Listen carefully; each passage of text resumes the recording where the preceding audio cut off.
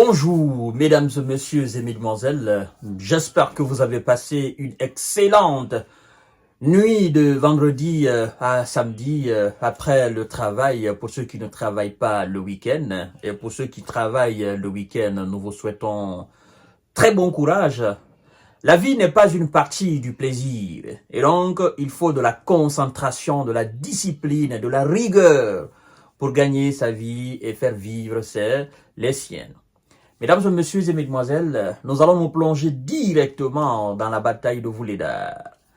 La bataille de Wuhledar et la chute de Wuhledar n'a pas plu aux Otaniens et jusqu'à présent, ils n'arrivent pas à digérer la perte de cette ville hautement stratégique dans l'est de l'Ukraine.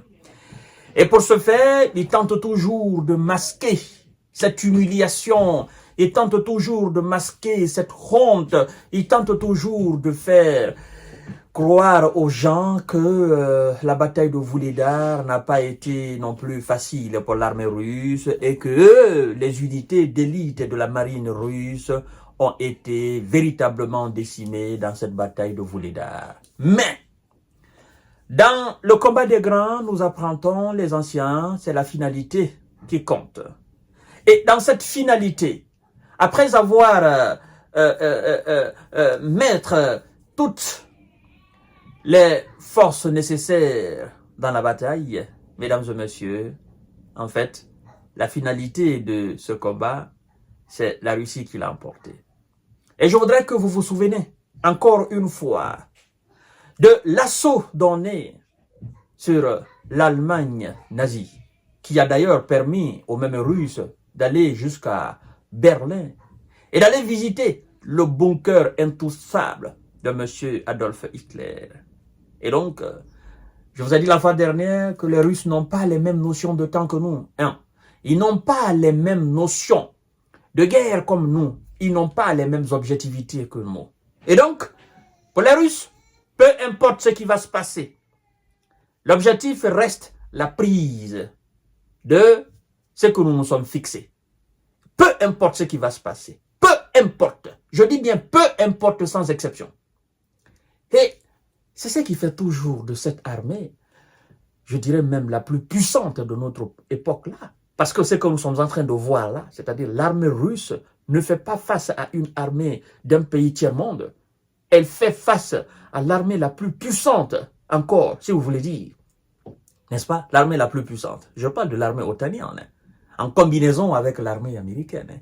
Et ce sont les moyens otaniens qui sont mis à la disposition de cette armée, accompagnée de la Légion internationale, composée de tous les éléments effectivement venant des différents horizons de ce monde. Et malgré tout, c'est cette armée puissante russe qui a pris la ville de Wuhledar. Partagez la vidéo dans tous les groupes possibles et installez-vous confortablement, mesdames et messieurs et mesdemoiselles. Je me devais de faire cette introduction, c'est très important. Excusez-moi. Oui, ils nous disent quoi? Selon alors le média Monde qui cite lui-même un autre média qu'on appelle BBC, les services de BBC en Russie, écoutez bien ce qu'ils disent. Les unités d'élite des troupes d'infanterie de marine russe décimées pour la prise de Wuhledar. Ah, décimées, mais la prise de Wuhledar. On continue, mesdames et messieurs. Partagez la vidéo dans tous les groupes. Je vous ai dit que c'est la honte pour eux. En fait, ce qui a permis un peu à ces gens-là de souffler, c'est le fait que ça coïncidait au déclenchement de cette autre situation dans le Moyen-Orient. Et ça fait moins d'impact médiatique. Sinon, si la ville de Wuhledar tombait et qu'il n'y avait pas d'autres situations dans le Moyen-Orient ou ailleurs, où effectivement on a eu les yeux bradés sur cette situation, ce serait une humiliation beaucoup plus pour les Otaniens. Alors, il nous dit, je cite, les 155e brigade et 40e brigade d'infanterie de marine, deux unités d'élite russes connues sous le nom de Bérets Noirs, ont subi pour la prise de Wuhledar l'Oblast de Donetsk dans l'est du pays, parlant de l'Ukraine, dont l'armée de M. Zelensky et ses supplétifs occidentaux disent s'être retirés, mais nous savons qu'ils ont été dominés. Le 2 octobre 2024, les pertes, vous comprenez, 4 fois supérieures à celles de 10 années de guerre tchétchène, rapporte le service russe de la BBC. Bon, 4 fois supérieure que la guerre de Tchétchénie. Alors, ça me fait énormément rire. Bon, quand vous donnez ces informations-là, moi j'aurais souhaité que ça soit toujours les Otaniens qui soient toujours maîtres de la ville de Vuhledar. Mais quand vous dites ils ont perdu tel nombre, 4 fois plus supérieur, mais au final ils ont pris la ville de Vuhledar, vous voyez l'objectivité de la Russie? C'est ce qui effraie. En fait, c'est comme à l'image de l'armée romaine. On dit, oh, la romantique, les gars de Jules César. Vous comprenez? L'armée de Jules César face à Vercingétorix, n'est-ce pas, de la Gaule, ont subi d'énormes pertes, n'est-ce pas, de la légion romaine. Mais au final, ils ont pris la Gaule. Vous voyez? Qui est victorieux? En fait, ça veut dire, ils ont subi, mais la perte n'a pas été vaine. Ils ont atteint l'objectif. Donc, les militaires qui se sont engagés dans l'armée romaine, donc dans l'armée russe, ils se sont engagés, ils savent ce qui les attendait. On ne s'engage pas dans l'armée pour dire, bon, je vais dans un front, mon objectif est d'aller et revenir. Non. Un militaire est avant tout un sacrifice. Il faudrait que vous sachiez cela. Quand vous vous engagez dans une armée républicaine, dans votre armée, l'armée de votre pays, vous devez savoir que vous serez envoyé partout à tout moment. Une fois que l'État a besoin de vous, on vous envoie au service. Et au service, vous savez que soit vous laissez la peau tout en avançant pour l'objectif que l'État s'est fixé. C'est ce qui est là. En fait, c'est ça. C'est ça même la définition d'un militaire. Il va, soit il l'emporte ou bien il reste sur le champ de bataille. C'est ça. Je parle des véritables militaires, je ne parle pas des déserteurs. Alors, mesdames et messieurs, les 155e brigade et 41e brigade d'infanterie de marine ont participé à l'assaut de la ville, appuyés par les blindés, assistés par des unités de combattants mobilisés et volontaires. Les combats les plus intenses ont eu lieu autour de Vuhledar à l'automne 2022 et à l'hiver 2023. Selon BBC, au moins 211 soldats de la 155e brigade ont été envoyés au repos éternel dans la bataille de Vuhledar et 42 autres sont portés disparus.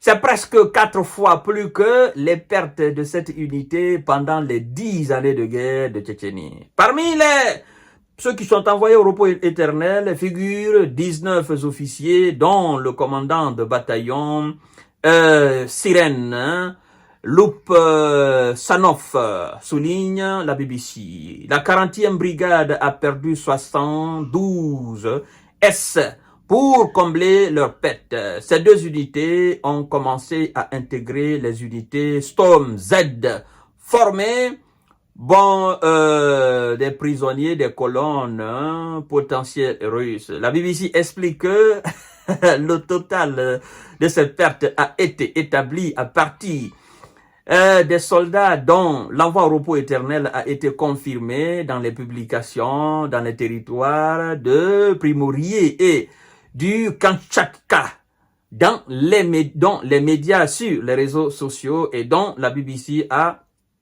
pu confirmer le lieu de service. Mais le nombre réel des bérets noirs envoyés au repos éternel lors de la prise de Vuhledar pourrait être 2 fois plus élevé, soit environ 570.